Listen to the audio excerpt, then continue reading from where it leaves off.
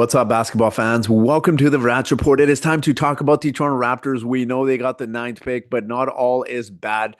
There are a handful of players I believe can have a very good contribution to the Toronto Raptors in short term and long term as well. So, for today's video, I'm going to be taking a look at three different prospects post draft combine as well. And I'm going to give you one reason why I really like that player for the Toronto Raptors. So, if you're ready to watch this video, make sure to give it a thumbs up. And if you wish to hit the subscribe button as well, that'd be very much appreciated. So with that being said, let's get into today's video. And the first player on our list here should not be a surprise to anyone. It is Igor Demon. Now, why did I have Igor Demon on my list? I think people need to be a little bit more open-minded in terms of, where mock drafts have certain players going. One of the things I said about Igor is going to be he's a riser. And now there's talks about him potentially landing in the top 10, but also I want people to be more open-minded because someone who may be projected at 15, 17, 20 doesn't necessarily mean they'll be drafted there. And that doesn't necessarily mean just because they're projected there that the Raptors shouldn't take them with the 9 spot as well. I'm going to give you two names that were drafted in Scotty Barnes' draft class. And I'm not saying the Raptors should have taken those players, but Jalen Johnson and Alperen Sengun, both players were drafted outside of the lottery. And if you were to do a redraft, both of those players are top 10 players. So I want people to be a little bit more open-minded. I'm not going to sit here and say, haha, I told you so. I do like Igor for several reasons, which I will talk about in just a moment. But let's quickly take a look at Igor's measurements. Obviously, we know, most players, or all players at least that we're familiar with, measurements have come in already. And Igor is measured in at 6'8" barefoot. He weighs in 199.2 pounds. He has a wingspan of 6'10" and has a standing reach of 8 9.5 inches. In terms of his shooting drill for Igor Demon, he made 14 of 25 shots, 56% of shots in his 3-point star shooting drills. Now, for those that aren't familiar with what 3-point star shooting drill is essentially you get passes and you pretty much around the world. If anyone's played that, you're taking 3-point shots from all over the 3-point line. Pretty much what they do in the 3-point shooting contest at the All-Star weekend. And, making 14 of 25 was huge for Igor, considering there were a lot of question marks in terms of what he could do at the NBA level. But there's a lot of question marks around his shot as well. And one of the things I did say was his shot's going to come around and he's got good potential. Again, we'll touch upon that in just a moment. But he also made 17 of 25 shots in spot up, 68%, which is excellent. Made 8 of 10 free throws, again, 80%, which is good.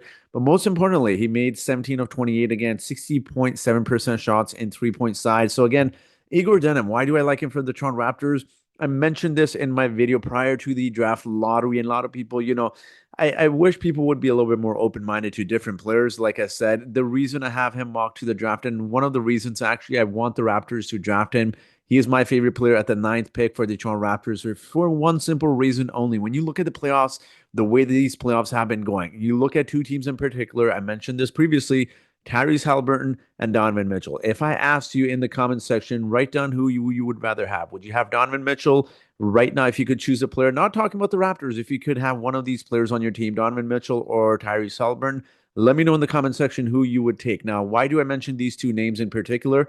Donovan Mitchell, 99% of people will tell you, obviously, he is the better player. But what leads to more winning basketball is Tyrese Halliburton, because of the way that he is able to involve his teammates into playing basketball and also just feed into others as well and get them easy baskets as well. So although it's important to have isolation scoring, and look, that is absolutely needed. No one is denying that. To be able to be a point guard like Tyrese Halliburton that can run an efficient offense and look for others as well, and to be able to find good passes and feed some of your teammates will ultimately lead to more winning basketball. And that is why the Pacers upset the Cavs, and that is why I actually had the Pacers upsetting the Cavs as well. And I actually firmly believe, Pacers will beat the Knicks as well for that reason. And also, even when you look at the Western Conference as well, right? You look at Shai Gilgeous-Alexander.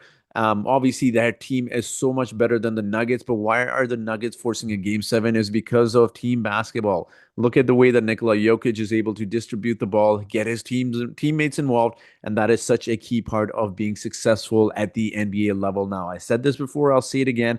This is no longer the era of big three basketball. This is no longer the era of you go ISO, I go ISO, the other player goes ISO, and we're going to win championships. This new a new formula, if you want to call it, though, to winning a championship and making, most importantly, a deep playoff run is to get your teammates involved and play team basketball as well. So that is one of the reasons I like Igor as well. And now let's move on to player number two here, which is someone I also really like for the Raptors at the ninth position. Now, this is no other than Rasheer Fleming. Again, two of the players I have already mentioned for the Toronto Raptors. Weeks ago, a lot of people were telling me I'm crazy because these players are mocked lower. Guys, it does not matter where a player is mocked.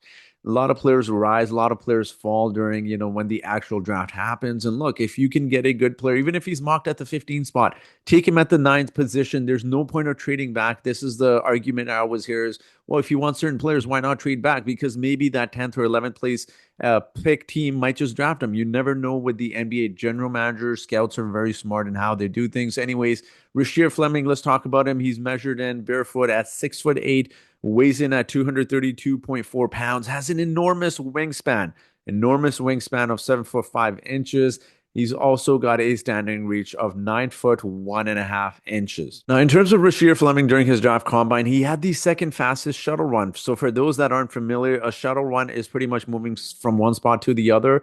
And the point of this run is essentially to check your speed and agility. And for Rasheer to be 6'8", to have as much weight as he does and to have the wingspan he does and to be able to move that fast is, I mean, absolutely a luxury for a lot of teams if they are able to draft Rasheer Fleming. He also made 16 of 25 shots, 64% of shots in spot up shooting drill. Now, I do want to say this is actually very important in spot up shooting drill because Rasheer is going to be someone that isn't going to come in and be asked to, become an isolation scorer. It's someone that's going to be asked to dribble the ball and create for others. He's actually going to be, those are some of the weaknesses he has. So the fact that he is shooting so well, I know it's just a drill, and spot up shooting is going to be great because the Raptors have shot creators such as Scotty Barnes. They got other players that can handle the ball and pass. So to have Rasheer Fleming come in and be a spot up 3-point shooter and just overall spot up shooter would be great. He's also made obviously 50% of his shots there, as you see, 15 of 30 shots in off dribbling shooting. Again, really positive signs to look at in terms of his shooting. Made 9 of 10 free throws, 90% of his free throws. Now, why is this important and why do I like Rasheer Fleming for the Toronto Raptors? He may be a little bit undersized, but he is going to be a power forward that can stretch the floor and that can block shots. When you look at a lot of NBA teams in the playoffs right now, what do they have? They have guys that are able to block shots and stretch the floor. Now, he's obviously not a 7 foot center or even, close to it, but he could play small ball center at times. And one player comparison I've used is actually he could be kind of like Serge Ibaka. He's not going to be someone that's going to be a massive center, but he can come in there, play small ball center. And most importantly, he can be a power forward as well. And you can really use that combination with Scotty Barnes. And to add to the cherry on top of that is that fact that he can block a lot of shots. He's quite mobile. And again, that shuttle run does measure agility as well, which just shows you he's very mobile. He can move side to side, and that is going to be something the Raptors would absolutely be very lucky to have. I know people are going to say, well, why don't we trade back guys? Rasheer Fleming is such a unique player. You absolutely have to take him if given the opportunity. For a Toronto Raptors team in particular that really lacks depth at the forward position. And again, age might be a concern. He's going to be 21 in the summertime, but that's okay. Look, there's no point of drafting an 18-year-old if he's going to take 6 years to develop fully, or, even if you draft someone that's 19 and, they take 3 or 4 seasons, it's better to draft players now if you're looking to win now. And for players that can contribute now, that would be Rasheer Fleming. Let's move on to our final player. And this has actually been a player that I have not spoken about, but a lot of Raptors fans would love at the ninth position. Now, this is no other than a player that a lot of Raptors fans have loved for months, even in the NCAA tournament. And this is Kaman Malawach. He measured in at 7 foot, barefoot, 7 foot 3/4 of an inch. With shoes, he's 7'2". He weighs in at 252.8 pounds, 7 foot wingspan, 6 3/4 inches. I mean, how insane is that? We talked about Rasheer Fleming obviously having a crazy wingspan. For Kaman to have a wingspan that large is amazing. He has a standing reach of 9 foot 6 inches. Now, I do want to see, obviously, Kaman has his weaknesses. His shooting drills aren't going to be spectacular, but he did make 15 of 30, 50% shots in off dribbling shooting. He also made 9 of 10 free throws for 90% in his, again, free throw shooting. And those are positive signs for someone like Kaman. Anytime you can look at free throws, and you're able to hit them at a respectable rate, it kind of shows you that that player has potential to shoot well. Again, obviously, there's a lot of weaknesses with Kaman in terms of shooting, at least. But the one thing that fascinates me with Kaman is his ability to leap at the way he does. Now, I'm not saying he's got an amazing vertical, but in terms of when you watch some of his game, when you watch some of the way he it goes up for those alley hoops, I mean, it's chef's kiss, guys. It is so fun to watch as, a basketball fan. And for a Toronto Raptors team, they haven't really had a big like this in quite some time. Yes, we got Jakob Poeltl, but he isn't exactly the shot blocker or the rim protector that Kaman is. And Kaman obviously still being only 18 years old. It's again, he's going to take time to develop, no doubt about it. And look, will he be a stretch big man in the NBA? There's question marks about that. But to be able to have a legit 7'2" center that can anchor your defense, when you look at someone like Rudy Gobert, he gets comparison somewhat to that. It just completely changes your outlook of your team and in particular your defense as well. The one thing I have constantly stated in the present and in the past is you need two things from your center. Well, one thing from your center for certain, you need a center that is able to anchor defenses. If you have a good defensive team, but your center isn't a good defensive player, that all of a sudden makes your defense overall just very weak. And in terms of, what something that Kaman does really well, again, is just alley hoops. He sets picks, and I think he's going to be a great get for the Toronto Raptors at the ninth position. Again, these are my three players. I didn't forget to mention Igor is also only 19 years old. He doesn't turn 20 until next spring, which is absolutely huge as well. Again, he's been rising crazy amount of spots in the draft as well. A lot of teams may even take him in the top 10. There's rumors about that as well. So again, these are my favorite players. Obviously, Igor being at the top.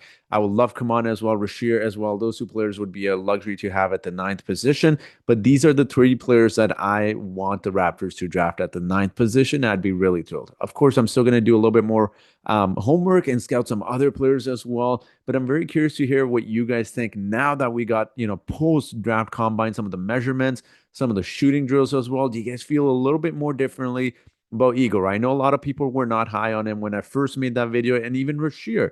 People said there's no point of drafting him. He's projected to go lottery or late lottery or even outside the lottery. Why draft him with the ninth position? But I'm very curious to hear what, in particular, you feel about those two players now that we have seen some of the results. Anyways, guys, I am going to go into the trivia question today, so make sure to drop your comments below. And if you want to hit the subscribe button, that'd be very much appreciated. And the trivia question for today is, since we are talking about prospects and their age, how old is Masai Ujiri? I'm very curious to know if you do know this. Try to answer without Googling. Is it A, he's 48 years old? Is it B, he's 54? Is it C, 45? Or is he D, 52 years old? So whoever answers this trivia question correctly first in the comment section gets a shout out in my next video. So thank you so much for watching, guys. And I hope you guys have yourselves a great day.